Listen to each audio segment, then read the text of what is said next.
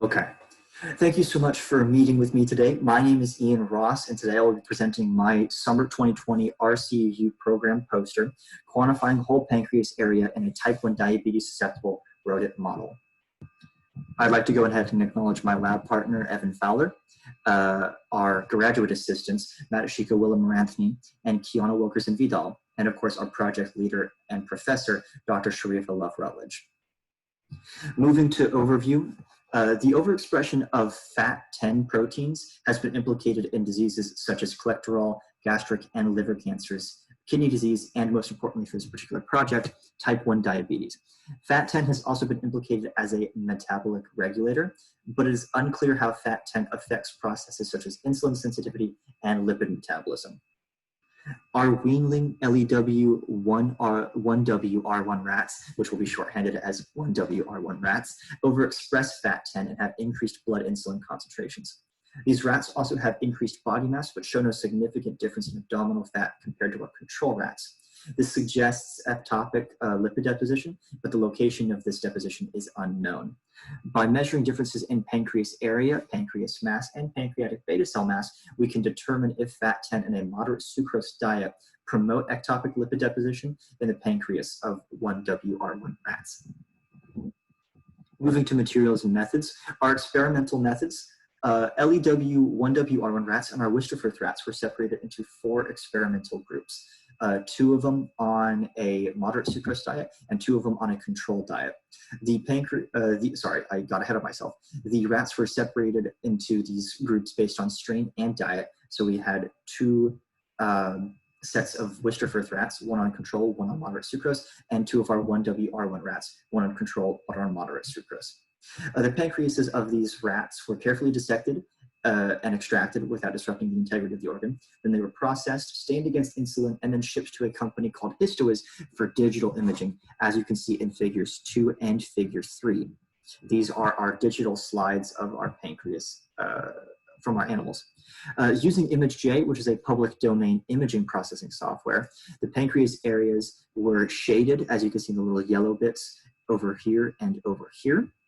And then using the software, we were able to calculate the amount of pixels these parts of the images actually were comprised of. Then using a literature values comparing our literature ratio of our pixel count to a square millimeter count, we were then able to calculate the surface area of our pancreas slides in square millimeters. From there, we were able to derive things like our islet area, which could be measured in square micrometers, and our beta cell calculations for mass and area. Moving on to figure 4 and our results in discussion, we have our pancreas masses laid out here. The 1WR1 control pancreases were significantly higher than every single pancreas mass we calculated from each of the other groups. This implies some sort of enlargement and inflammation. I apologize for losing the word there. Inflammation, which confirms that we are suspecting that FAT10 has led to adipose and ectopic lipid deposition in this particular set of rats.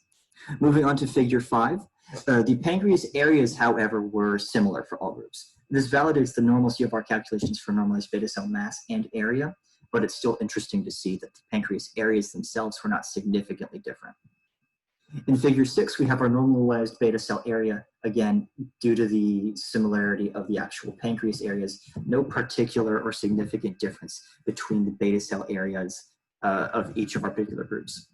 However, in figure 7, the normalized beta cell masses for the 1WR1 control rats were significantly higher than anything we saw for the other groups. This suggests that the increased sucrose in the diet may have a negative impact on the total beta cell mass in the pancreas of these areas, again, leading to inflammation, which disrupts the functionality of the beta cell cells. This data also suggests that 1WR1 rats have enlarged pancreases, which we were suspecting. In conclusion, the 1WR1 rats have a tendency to have increased pancreas and beta cell masses. Increased sucrose in this diet has a negative impact on beta cell mass, leading to loss of functionality and type 1 diabetes, which we're already seeing. However, more work has to be done to assess the impact that these differences have on actual blood insulin levels and the insulin sensitivity in our 1W1 rats in general. I would like to acknowledge the Office of the Provost and our UAH College of Science and the UAH Department of Chemistry for funding support for this project. I would also like to thank Mr. David Cook and Dr. Bernhard Vogler for organizing these projects for the Department of Science and Chemistry and Biology in particular. Their assistance with organizing the RCEU program is specifically their job as well, and I wouldn't have been able to do this project this summer without their help. I'd also like to thank the Alabama Space Grant Consortium and NASA for providing funding for my RCEU and for all of the RCEUs. That is my time. Thank you so much for listening to my presentation, and I hope to be speaking with everyone again soon.